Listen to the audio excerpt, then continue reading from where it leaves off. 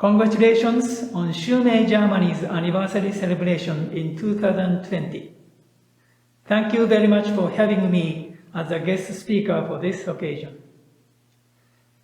When we are asked what kind of faith is Shumei, we can simply respond that the essence of Shumei's faith is gratitude and love for others.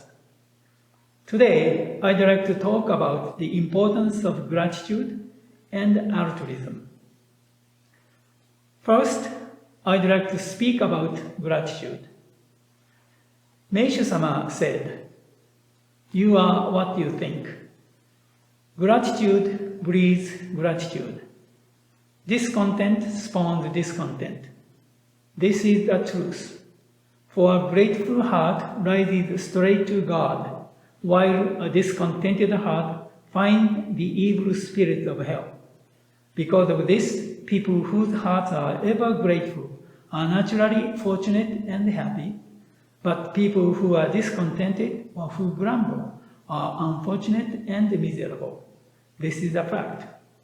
In the Omoto teachings, there is the following saying, "Be joyful and joy will come unto you."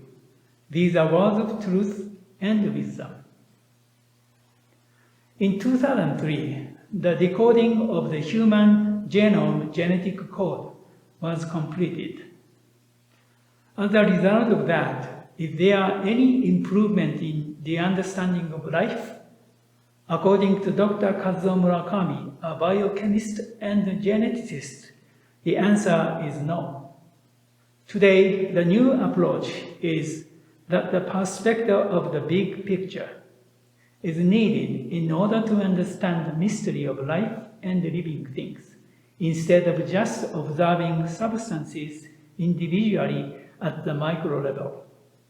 The way to see it overall includes focusing on interactions and relationships.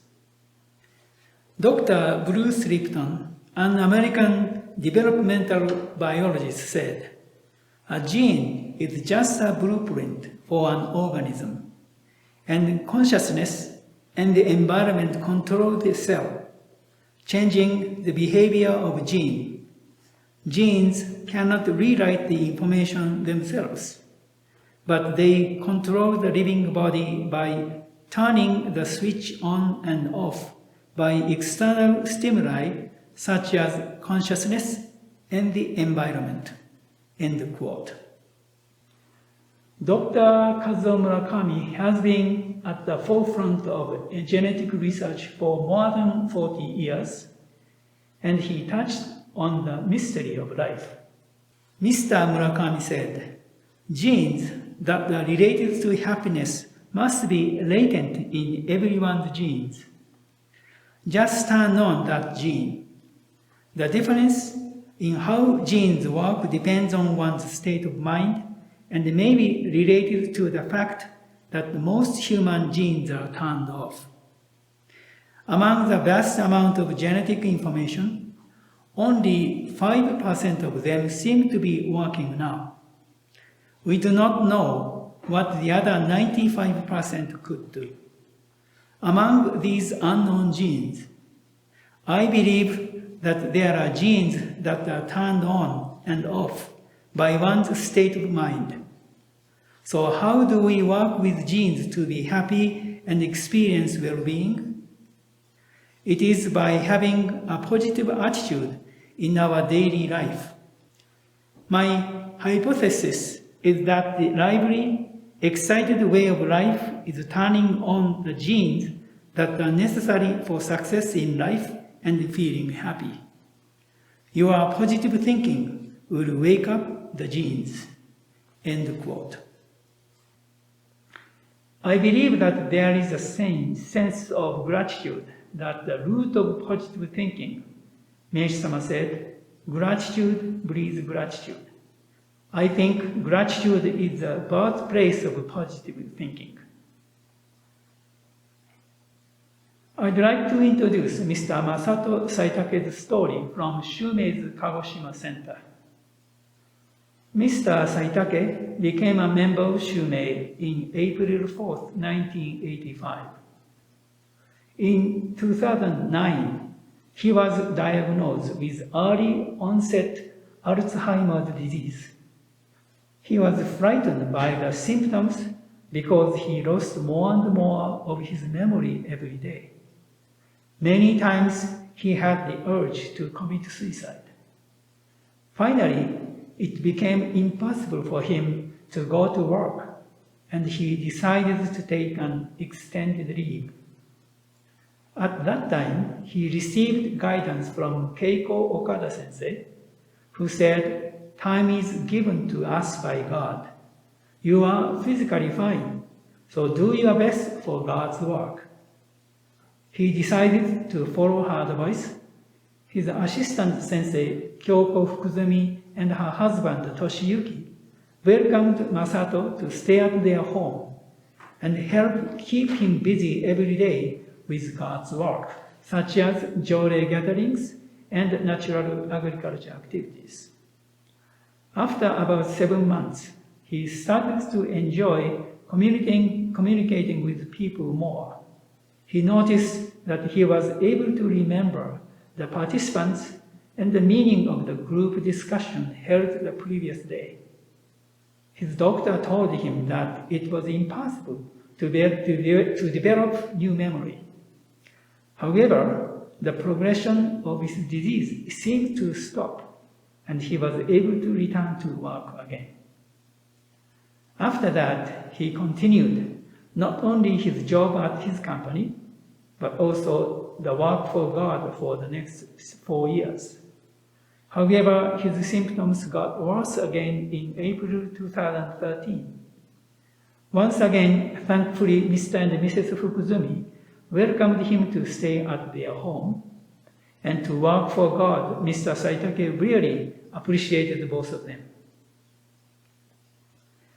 Kaicho Sensei and Tamao Sensei were invited to join the anniversary of the Kagoshima Center in September of that year. Mr. Saitake decided to quit his job of 32 years in order to concentrate entirely on the preparation, and he was able to serve as Kaicho Sensei and Tamao Sensei's driver that year. After 6 months, his condition got much better. One day, there was a job offer for him from a new company, and he got it. He was hired as the head of a fresh fish department, the same position as his last job. However, at this new job, he noticed the employees often yelled at one another. "Fast! Don't be slow! What are you doing?"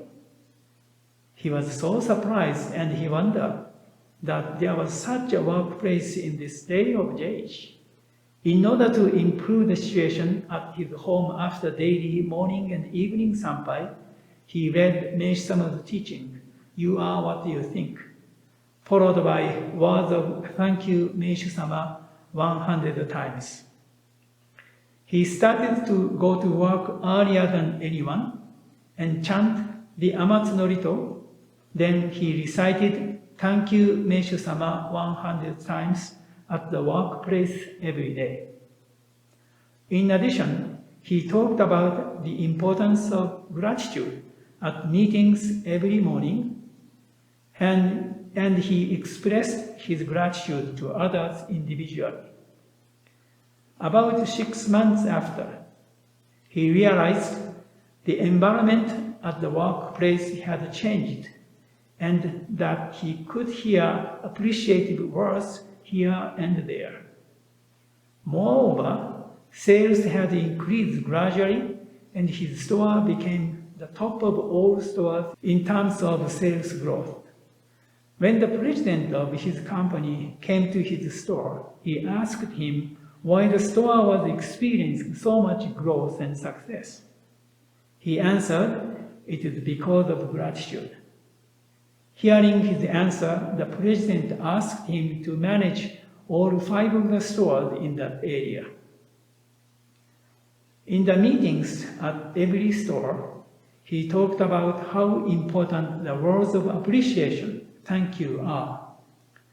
The atmosphere in the workplace became more actively positive, and the 5 stores became profitable within 6 months. Ordinarily, it takes 5 or 6 years to make one store profitable. It was a miracle that all stores changed so quickly. He learned that gratitude changes people and makes miracles. One interesting story that illustrates Mr. Saitake's experience is when a Shumei member from Kagoshima Center went shopping at his store. She heard a store clerk muttering something and wondered what he was saying. So she got closer and found that the clerk was saying, thank you, many times. Mr. Saitake was glad to hear that gratitude was spreading among employees. Even when we know the importance of gratitude, sometimes it is difficult to be grateful. Sometimes we can hardly control our emotions with our own will. However, we can control our words. Even if we may not be feeling grateful in our heart, we can say thank you. By saying words of gratitude, the spirit of words will help our emotion to follow the meaning of the words. So it's helpful to say thank you, no matter what kind of situation we are faced with. Along with gratitude, now I'd like to talk about the second of 2 topics of today, altruism. Meishu-sama said in his teaching about myself, from my earliest days, I have always liked pleasing others, to the extent that it could be called my favorite pastime. I am constantly thinking of how others can be made happy and fortunate. I want everything and everybody to be at peace, happy, and fortunate. This is my nature. This way of thinking constitutes one underlying reason that I am a man of happiness and good fortune. It is because of this that I say, if you do not make others happy, you can never be happy yourself. What direction will society take in the post-pandemic world? The mood of self-restraint is holding back not only the economy, but also the feeling of people. When self-restraint is gradually lifted, if we just return to the old normal way of life, we will have learned nothing from this coronavirus. In today's world, more and more people travel across borders from country to country. The transmission of unknown infectious disease has become a big issue for all human beings across national and ethnic groups, and cannot be dealt with without a system of global cooperation. To build an international cooperation system, we must collect and analyze information and provide the results of each and every country, then deliver medical resources where they are needed. Currently, it seems that the governments of each country are fully self-occupied, dealing mostly with their own issues. However, unless all nations collaborate beyond borders, nations, and ideologies, they won't be able to overcome this crisis. Even if human beings manage to overcome this current coronavirus pandemic, unless we change our behavior 180 degrees, another unknown wonder will hit humanity again. French economic and social theorist Dr. Jacques Attali said, The countries that best withstood the pandemic are those countries that best understand the self-interest of altruism and had to put it into practice. The countries who best withstood the current pandemic are South Korea, Taiwan, and Vietnam. These countries understood that it is by protecting others that we protect ourselves. They understood that it is in our interest to wear a mask to protect others, as they also protect us by wearing one too. That it is in our interest not to infect our neighbor by keeping our distance, so that we are not infected. They understood that it is in our interest to know if our neighbor is infected, so that we can keep our distance. In general, it is in our interest to do everything that we can so that others have the resources to avoid getting ill, and as a result, they will not infect us or overwhelm our healthcare facilities in case we need it for ourselves. End quote. Dr. Attari's quote points to the essence of altruism, placing the interests of others above and beyond our own, which paradoxically turns out to be the best thing we can do for ourselves. I think many of you may have heard some version of the allegory of the long spoons. It is a parable that illustrates the difference between heaven and hell by the differing means by which were people forced to eat a bowl of stew using very long spoons. In my culture in Japan, the story is told using long chopsticks to eat a bowl of rice. This allegory has become part of folklore not only in Jewish and Buddhist, but also many other cultures and religions such as Hindu, Middle Eastern, and Christian. In both heaven and hell, people are given same food and utensils. But the utensils are too long to serve oneself. The only difference between the two worlds of heaven and hell is people's attitude. In hell, people are starving and fighting each other because they cannot feed themselves. In heaven, people are happily and gratefully using their long utensils to feed one another. In the face of a serious crisis, we must return to the essence of altruism, which is human beings living for others.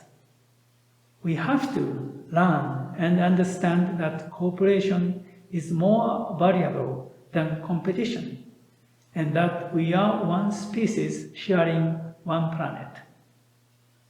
The shift to the ideal of altruism is a key to human survival. Dr. Murakami said, "The work of genes is completely impossible within our own will and power, and it is beyond the work of humans. I call this great work something great. I call this something great instead of calling it God or Buddha, because even people who think that there is no God or Buddha are still alive because of the work of this something great. We humans are able to survive thanks to the energy of the sun, water, and the earth, along with many other living things. There is no one who lives on their own.